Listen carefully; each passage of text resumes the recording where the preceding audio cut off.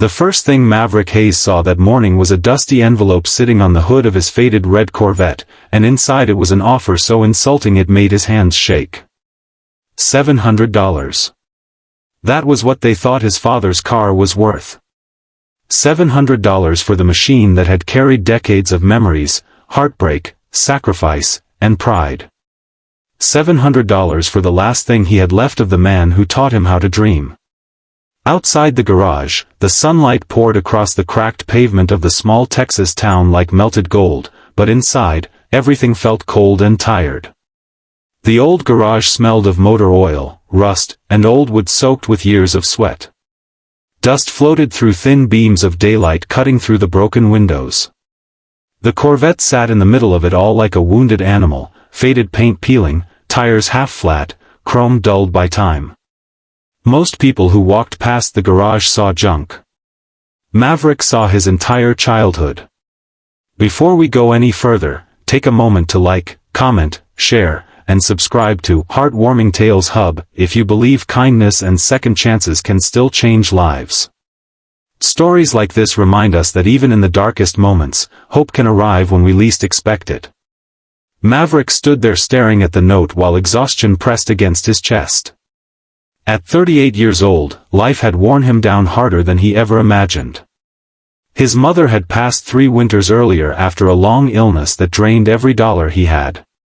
The garage barely survived after the big chain repair shops arrived in town. Bills piled higher every month. Collectors called constantly. Some mornings he skipped meals just to keep the lights on. But through all of it, he never sold the Corvette. The car belonged to his father, Roland Hayes, a local racing mechanic who once built engines so powerful people drove from 3 states away just to have him touch their cars. Roland had loved racing with a kind of passion that burned brighter than common sense. He spent weekends at dusty tracks, sleeves rolled up, grease on his face, laughing louder than anyone in the crowd. To young Maverick, his father had seemed larger than life. When Roland died suddenly from a heart attack at 52, the garage became quiet in a way that never healed. Every scratch on the Corvette carried a memory. Maverick remembered sitting on the hood as a boy while his father explained engines like they were living creatures with souls. He remembered summer afternoons hearing the roar of the engine echo through empty highways. He remembered the promise his father made one evening under the setting sun. Roland had placed a rough hand on the roof of the car and told his son that some things were worth more than money because they carried the proof that people once loved deeply. But love did not pay overdue taxes. The man who left the $700 offer had visited the garage twice before. Earl Bannon owned a scrapyard outside town and made a business out of buying desperate people's memories for pennies. Earl knew Maverick was struggling. Everybody did. The town had watched the once famous Hayes garage slowly decay year after year. Earl believed it was only a matter of time before desperation finally won. Maverick crumpled the paper in his fist and tossed it toward the trash can, missing by several feet. He leaned against the Corvette, closing his eyes as a wave of defeat washed over him. The bank had already sent final notices. If he could not pay within 10 days, the garage would be gone. He had nowhere else to go. The clock crawled through the afternoon. Outside, cicadas screamed in the brutal heat while trucks rolled past the old station on the highway without stopping. Maverick spent hours trying to repair a pickup transmission for a customer who still had not paid him from the last repair. Sweat soaked through his shirt. His hands cramped. Every metallic clang inside the garage echoed loneliness. Then, just after 3 in the afternoon, something unusual happened. A black SUV pulled slowly into the parking lot followed by another behind it. Clean polished vehicles like those rarely stopped in this forgotten town. Maverick barely looked up at first, assuming they were lost tourists searching for the interstate. But when the doors opened, his wrench slipped from his hand and hit the concrete floor with a sharp crack. 3 older men stepped out into the sunlight. Even after all these years, Maverick recognized them immediately. Levi Mercer had once been one of the most respected racing drivers in America during the late 70s. Beside him walked Vincent Rayner, legendary endurance racer and television personality whose face still appeared in motorsport documentaries. The third man moved slower than the others, tall and silver-haired with deep lines across his face. Caleb Vaughn. The Caleb Vaughn. A racing icon whose victories had become part of American motorsport history. Maverick honestly thought he was hallucinating. The men looked around the old garage quietly before their eyes settled on the Corvette. For a long moment, nobody spoke. Then Caleb Vaughn slowly walked toward the car, his fingers brushing across the faded hood with surprising gentleness. The old racer's eyes softened in a way Maverick did not expect. It was the expression of someone seeing a ghost. Caleb asked one simple question. He asked if Roland Hayes had owned this garage. Hearing his father's name spoken by a legend sent chills through Maverick's body. The next hour changed everything. The racing legends explained that decades earlier, before fame and sponsorships and trophies, Roland Hayes had been the mechanic who saved their careers. Back when they were young drivers with empty pockets and impossible dreams, Roland worked endless nights rebuilding engines for almost no money because he believed talent deserved a chance. He had fixed broken transmissions before championship races. He had slept in garages so exhausted drivers could rest before competitions. More than once, Roland refused payment entirely. Caleb Vaughn confessed that during one important race in 1979, Roland rebuilt an engine overnight after a catastrophic failure. Everyone said the car was finished. Roland proved them wrong. Caleb won the race the next day, a victory that launched his legendary career.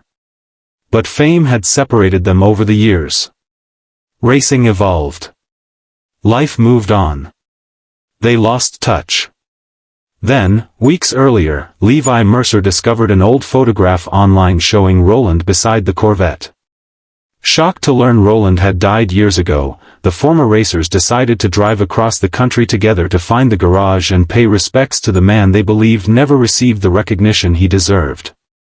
As sunlight streamed through the dusty windows, Maverick listened in silence while these famous men spoke about his father with admiration so sincere it nearly broke him. For years he believed Roland had been forgotten. Yet here stood legends carrying stories about kindness his father never even mentioned at home. Caleb noticed the stack of unpaid bills near the workbench. He noticed the leaking ceiling. The broken equipment. The exhaustion in Maverick's face. Without saying much, the older men began walking slowly around the garage, studying old tools and faded photographs hanging on the walls. One picture stopped them cold. It showed a young Roland standing beside all three racers after a small regional victory, all of them laughing with greasy hands and exhausted smiles.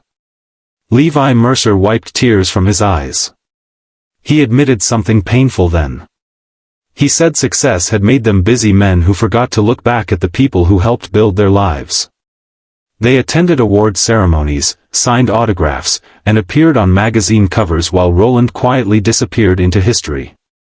Maverick could barely breathe hearing it. The afternoon stretched into evening as stories filled the garage. For the first time in years, laughter returned to the building. The old racers shared memories about impossible road trips, dangerous races, and Roland's stubborn refusal to give up on broken machines or broken people. Maverick felt like he was meeting his father again through the eyes of those who truly knew him. Then Caleb Vaughn asked Maverick why the Corvette was not running. Embarrassed, Maverick admitted he could not afford the parts anymore. The engine had been dead for nearly 5 years. Caleb stared at the car thoughtfully before rolling up his sleeves. What happened next spread through town faster than wildfire. 3 racing legends spent the next 2 days inside that tiny garage rebuilding the Corvette alongside Maverick. People gathered outside the windows just to watch.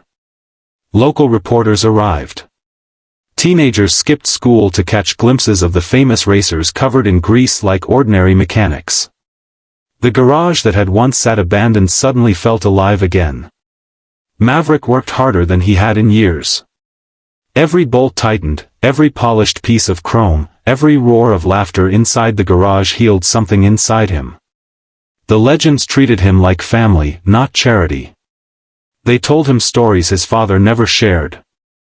Stories about Roland giving away his last dollars to struggling drivers. Stories about him sleeping on garage floors during race weekends. Stories about the way he believed broken things deserved another chance. On the third morning, the Corvette finally roared back to life. The sound exploded through the garage like thunder. People outside cheered loudly. Some cried. Maverick stood frozen as the engine rumbled deep and powerful, vibrating through the concrete floor exactly the way it had during his childhood. Tears streamed down his face before he could stop them. Caleb Vaughn placed a hand on Maverick's shoulder and quietly told him that some engines never truly die. They only wait for someone to believe in them again. News about the restored Corvette spread across social media within hours. Videos of the racing legends repairing the car inside the struggling garage reached millions of viewers. Donations poured in from racing fans around the country. Former drivers sent tools.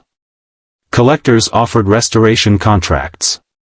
A major automotive channel featured Hayes' garage in a documentary about forgotten racing heroes. But the most important moment came a week later. The town organized a daytime car exhibition on Main Street. Hundreds gathered beneath bright blue skies and fluttering flags while music played through speakers. Children climbed onto parents' shoulders hoping to see the famous Corvette. Maverick had not worn a clean pressed shirt in years, but that morning he stood proudly beside the restored car, sunlight dancing across the brilliant red paint. Then Caleb Vaughn walked onto the stage holding an old metal plaque. In front of the entire crowd, he announced the creation of the Roland Hayes Foundation, dedicated to helping young mechanics and struggling racers achieve their dreams. The foundation would begin by restoring Hayes' garage fully and funding apprenticeships for local students. Maverick could not stop crying. For so long he believed the world had forgotten men like his father. Hardworking people who sacrificed quietly without expecting rewards. But standing there surrounded by applause and sunlight and strangers honoring Roland's memory, Maverick finally understood something powerful. Kindness leaves fingerprints long after people are gone. Months later, Hayes' garage looked completely different. Fresh paint covered the walls. Young apprentices worked beside Maverick every day learning skills Roland once taught him. Customers returned steadily. The Corvette remained parked proudly near the entrance, gleaming beneath daylight like a symbol of survival itself. Sometimes visitors still asked about the old $700 offer. Maverick always smiled when he heard that question. Because the truth was simple. The Corvette had never been worth $700. It carried a father's love, decades of sacrifice, forgotten loyalty, and proof that goodness echoes farther than anyone realizes. And no amount of money could ever measure that. If this story touched your heart even a little, please take a moment to like, comment, and share this video with someone who still believes good people exist in the world. Your support helps Heartwarming Tales Hub continue bringing emotional stories that remind us all to never lose faith in humanity. And before we end, tell us in the comments, what is one memory or item from your family that you could never sell no matter how hard life became? As the sun set over the small Texas town that evening, golden light spilled through the open doors of Hayes' garage while the Corvette's polished body reflected the fading sky. Maverick stood alone for a moment beside the car, hearing echoes of his father's laughter in the warm summer air. For the first time in years, the garage no longer felt haunted by loss. It felt alive with purpose. Sometimes miracles do not arrive with fireworks or grand speeches. Sometimes they arrive quietly in the middle of an ordinary afternoon, walking through a dusty garage door just when someone is about to give up.